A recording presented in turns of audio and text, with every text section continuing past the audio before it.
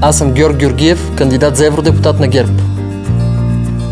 Георг Георгиев е сътрудник към Европейския информационен център. Той е и съпредседател на Постоянната комисия по европейска политика към студентската организация на Европейската народна партия. Като сътрудник в Европейския информационен център работя по въпроси в сферата на младежката заетост, предприемачеството и образованието. Заедно с европейските студенти-демократи инициираме резолюции, свързани с общите европейски политики, които засягат пряко младите. Като евродепутат ще се боря за преодоляването на политическата апатия у младите хора.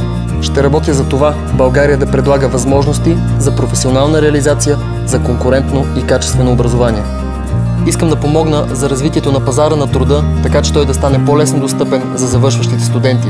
Гласувайте за ГЕРБ, защото доказахме, че даваме възможност за бъдеще и реализация на младите хора в България. Показахме, че чуваме гласа на новото поколение. Младите имат място в политиката тук и сега, защото България няма време за губене. ГЕРБ, номер 18 в бюлетината.